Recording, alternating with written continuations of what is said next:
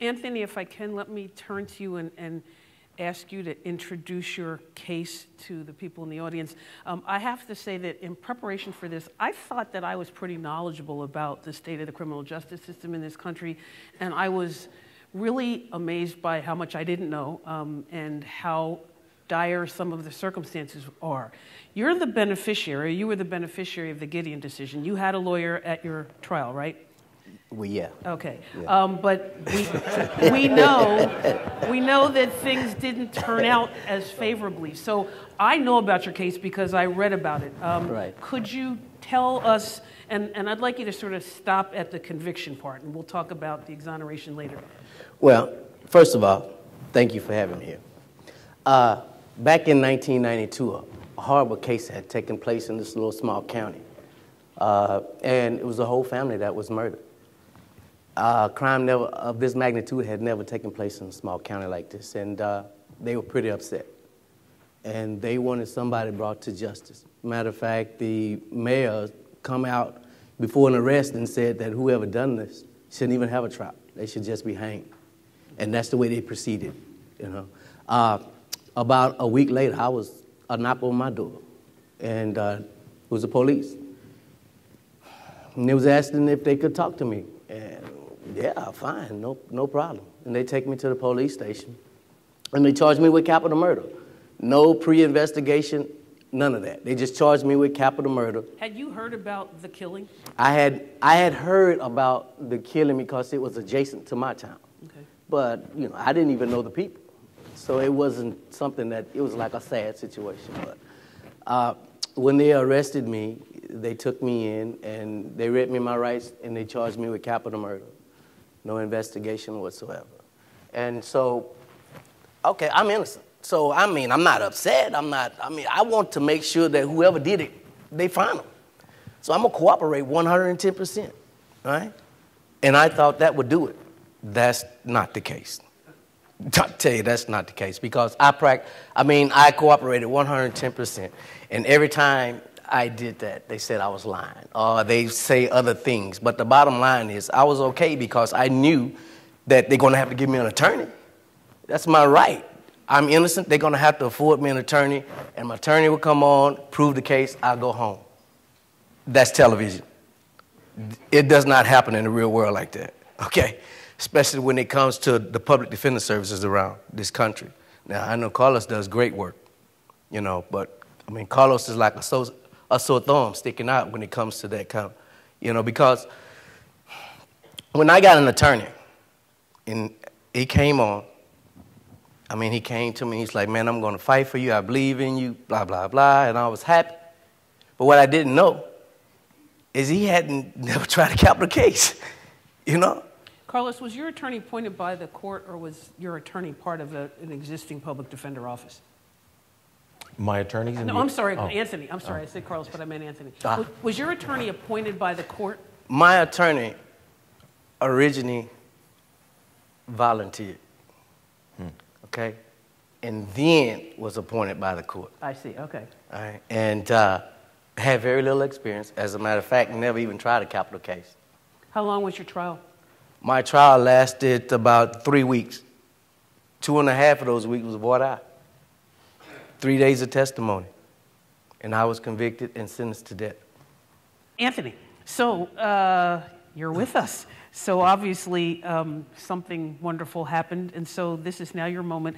Can you tell us the second half of the story? Well, the second half of the story is what I'm doing now. But yeah, what happened? I'd like to go back and speak on something that y'all had mentioned. By all means. We were talking about sharing information, saving money and stuff like that. I think that should be a law where prosecutors and defense has to share information so that when that defense attorney is no longer on that case and another attorney comes on that case, all the information is available by that prosecutor. I think that should be etched in stone. Prosecutors should not be able to hide evidence by calling it work product. Okay, they should have to turn it over. Now they say, well, we have a law for that. Well, it's not defined right. It's not specified. Right, the Brady, you're talking about the Brady. The Brady, I'm right? talking about the Brady took my life. I mean, my freedom and almost my life. Right. And I am saying that there should be more of a onus on prosecutors to turn over evidence. Well, it's to interesting. share evidence with the defense. At least for those of you who don't do criminal work, we were alluding to Brady versus Maryland, which is a case that imposes on prosecutors an obligation to disclose exculpatory evidence. But yes. as Anthony will describe to us, that doesn't... But they get to define... Right, it doesn't ensure that it happens. Right, they get to define what's exculpatory. Right. You know? I mean, it's like asking the fox to go in the hen house and protect the hen. Right? But as far as the second half of my story, it started when... So you get convicted and... I got convicted. I was sentenced to death row. I spent 12 and a half years on death row. I had 2 execution dates where they was telling me that they was going to kill me and wanted to know what I wanted them to do with my body and what I wanted to eat as a last meal. And I didn't pay attention to all of that because I was still, you know, I'm innocent and I still believe that at some point justice will prevail. How? I didn't know, but I went and I wrote a letter every day to somebody asking them to help save my life. And then, you know, this wonderful, wonderful lady named Nicole Caceres. She's a professor at University of St. Thomas. She was working, volunteering with the Innocent Project, which anybody who has volunteered to do work on these cases, I commend you. I commend you because that's what you took your oath for, okay, to serve and protect. Anyway, with me, like I said, I was down there 12 and a half years with 2 execution dates, and Nicole came on my case as a volunteer. And this lady stayed with my case for 8 years. She went through every up and down with me. When they were telling me that they were going to kill me, when they denied my appeal, she was there. She didn't get paid, but because she believed in the work that she was doing, she went above and beyond the call of duty. And as a result, my case was overturned because this woman got out there and she really turned over every rock for me. And my case was overturned and I went back to the county jail. I was thinking that I'm finna go home, it's over with. The guy that lied on me, that already executed him, they didn't have nothing to say Anthony Graves was involved in this crime because, matter of fact, his dying declaration was that Anthony Graves was an innocent man. He's an innocent man. He had nothing to do with the crime. You know, he said that over and over and over. Everybody said, well, he said it when he was on the gurney. Yeah, he did, but he also said it the same night he lied. But we didn't know. Prosecutors never turned that over. They were willing to allow me to go to death row, knowing that I was innocent, and be executed. Yeah, we have a big problem with not caring as well. And politics. Politics has replaced justice in our justice system. It is all political. Which way is the wind blowing? Okay? What is the topic of the day? And it is watering down our system. When I went back to the county jail, as I said, I'm happy and I'm ready to go home. And I got there on a Friday. That Monday I was supposed to go to court. My whole family was going to be there, and this is over with. It's going to be a celebration. And I get there, and when I get to the court, the judge that I now have is the daughter of the judge that sentenced me to death, who's now refusing to get off the case, even though we've asked her in the interest of fairness. She's not getting out of the case. And she pushed that case for 4 more years. Oh, jeez. She kept me in jail, put me on a $1 million bond without a bond hearing, and pushed that case for 4 more years trying to find whoever she could to come back and re-prosecute this case. I went through 10 prosecutors. They would come on the case, learn the case, and get off the case. But they were too coward to do the right thing. And then finally, I run across a lady named Ms. Kelly Siegler, who is a hard-nosed prosecutor. She put like 19 men on death row. She's put more men on death row than some states. And they went and hired her. And it's true. They went and hired her to come and put me back on death row. But the good thing is that Ms. Kelly Siegler, she wanted to not only put me back on death row, but to make sure that the I's were dotted and the T's were crossed so this wouldn't happen again. So she started doing due diligence. She really went into the work. And she went from, okay, can we try this case, to, oh my God, this man is innocent. Okay? And that's when she called my attorneys. Well, no, let me digress. She went to the judge and said, Judge, this man is innocent, and we need you to sign this release order. Wow. And the judge said no. This was the judge. This was the daughter of the original judge. And she said no. And they told her, look, if you don't sign this order, we're going to go to the press and tell them that you got an innocent man in there that you're refusing to let go.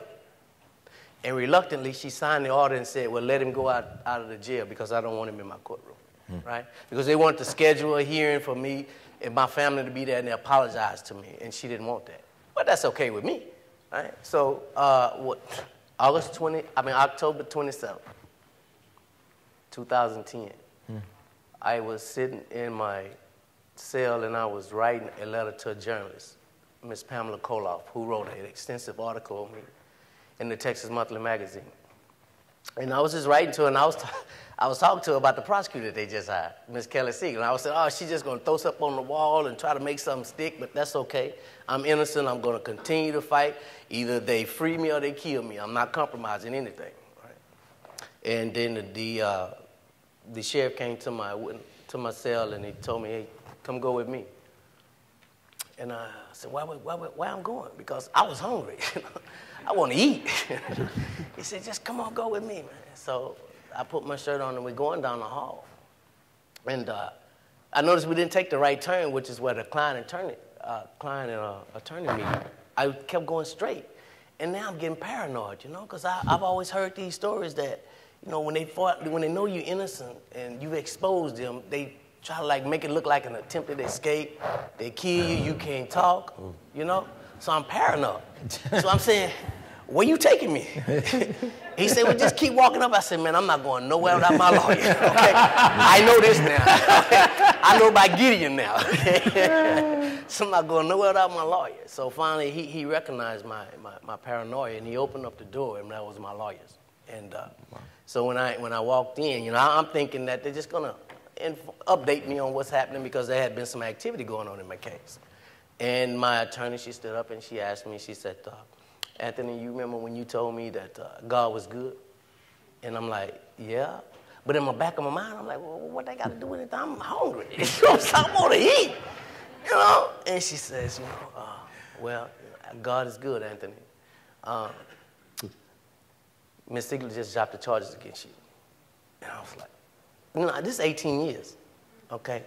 I've been battling for 18 years. So I'm in battle mode. I didn't even hear this. But then I said, what did you say? And she said, yeah, they dismissed the charges.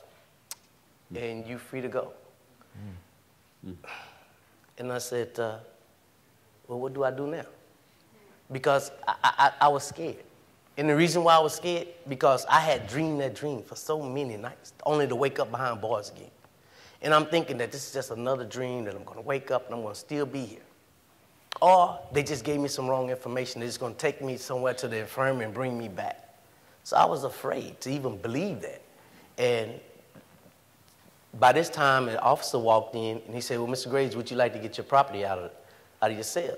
And I said, yeah, but it wasn't even that. I was just so discombobulated because they telling me I can go home after 18 years. And so we go down the hall, and they said, well, okay, what property do you want? And I said, I don't want nothing. I just want to go. Right? He said, well, don't you want your legal stuff and your pictures? I said, okay, yeah, but everything else y'all can keep. I'm ready to go before somebody change their mind. So we walking back down the hallway, and they walked me outside. They walked me out the side door. And people said, why did they walk you out the side door? I said, I don't care. Any door would have been fine for me. You know what I'm saying? You know how many years they've closed these doors on me? And so I'm walking out the side door. And 48 hours, I guess they had, I don't know how they found out, but they were there. And the first question Richard Schlesinger was asking me, he said, so how do you feel? How do you feel, man, being out after 18 years? And this was October 27th, and the sun was shining. And I said to him, it's hot out here. You know what I'm saying?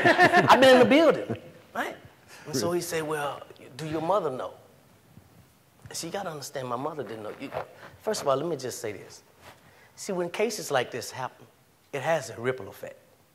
It doesn't just affect the inmate. It affects his family.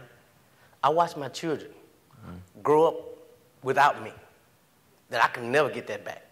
I watched my mother health decline, worrying about her son that she knew was innocent.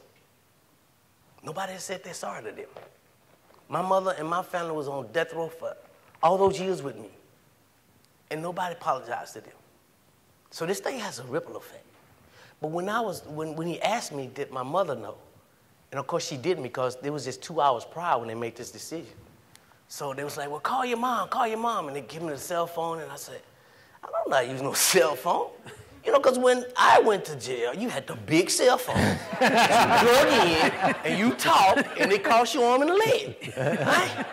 So now I'm coming out, and you got this little old phone that you can reach around the world with, and they're telling me, call your mom. I don't know nothing about this. So my attorney, she has my mom's number, and she said, well, I'll call her. And see, here's the thing. When I was in the jail the last 4 years, I was in total isolation. They didn't want another inmate talking to me. Didn't want them looking at me. They just had me behind double doors, still double doors. I had no communication with nobody. I had to wreck by myself. I had to go to visitation. Whatever I did, I had to do by myself, because they were caught, and they were trying to make me suffer. Okay? So what I could do was use the phone.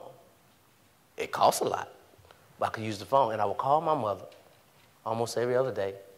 And one of the first things I always asked my mom when she got on the phone was, Mom, what you cooking? And she would tell me, right? And then after she tell me, I would say, now why you tell me that? Don't. She say, well, you asked. I said, yeah, but don't tell me. You know what I'm saying? I mean, I'm sitting over eating this bad food, and you gonna tell me you got steak, and don't tell me that. So she said, well, okay, next time I won't tell you then. So the day I got out, and they asked me about the phone. And my attorney called my mom, and I hear her voice. Hello? And my attorney said, well, I have somebody here you want to talk to. And she handed me the phone. And I said, Mom. She said, what? I said, what you cooking? She said, why? and it was the first time in over 18 years I was able to tell my mom, because I'm coming home. You know? And see, that was the work of good attorneys. That was the work of attorneys who volunteered because they believed. You know? And so I would ask, I don't know anyone out here, but if you're attorneys, and if you're in a position that you can make a difference in somebody's life who has been wrongfully convicted, or who has been incarcerated and he's mentally impaired, or whatever the reason is, Nicole Caceres, my attorney, can tell you there's no greater feeling. There's no greater feeling than you having something to do with a man regaining his freedom and a family bonding again. There's no greater feeling. I don't care how much money you ever make in your life. You're never going to have that feeling until you experience it, and you're going to realize that is the true richest of the rich. It's helping others. I know this. It's why I do what I do today, and it fulfills me. It gives me a purpose in my life that I'm helping others, and I am blessed beyond. So that's my story, and I say, please get involved.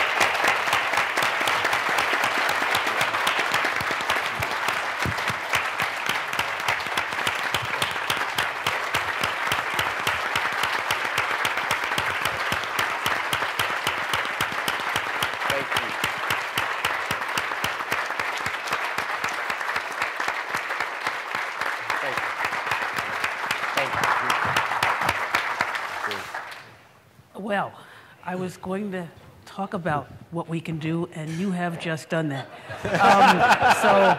I am going to ask them to play the last Anthony Lewis clip, and then I'm going to ask Bill Bay to come back up and close this program.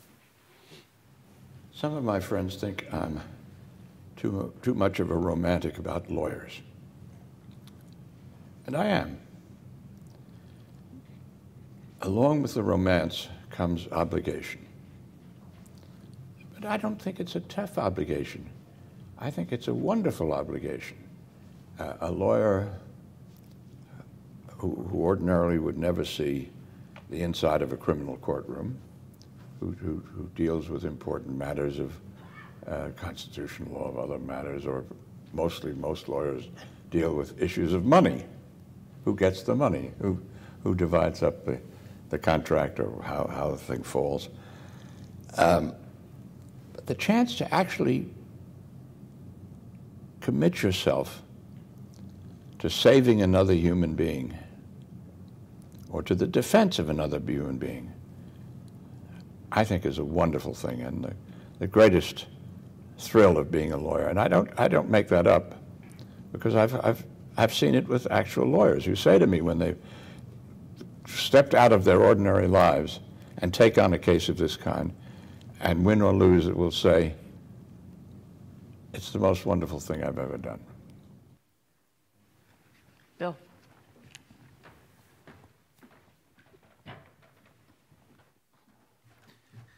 I said this would remind you of why you went to law school. And I think it does. It's amazing stories. Anthony Lewis, who's shown the light on the case. Honorable Carlos Martinez, who's on the front line of defense every day and telling you about the real life stories. Bruce Jacob, one of the things he said was, being a young attorney arguing against Abe Fortas. And yet the first thing he did after the case came down, after he left the Attorney General's office, was to go volunteer to represent an indigent defendant. And Anthony Graves, wow. I mean, the amazing thing is he wasn't telling us a story from 1963 or 1983. The date was 2010 when he was exonerated.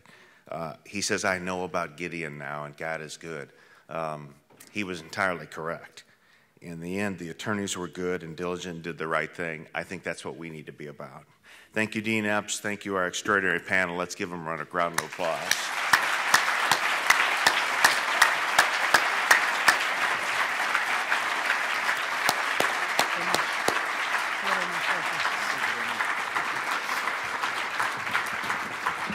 Our panelists will be here for a few minutes to meet with you. The section of litigation has a long tradition of excellence in programming. We hope you will use the many other resources we provide to litigators.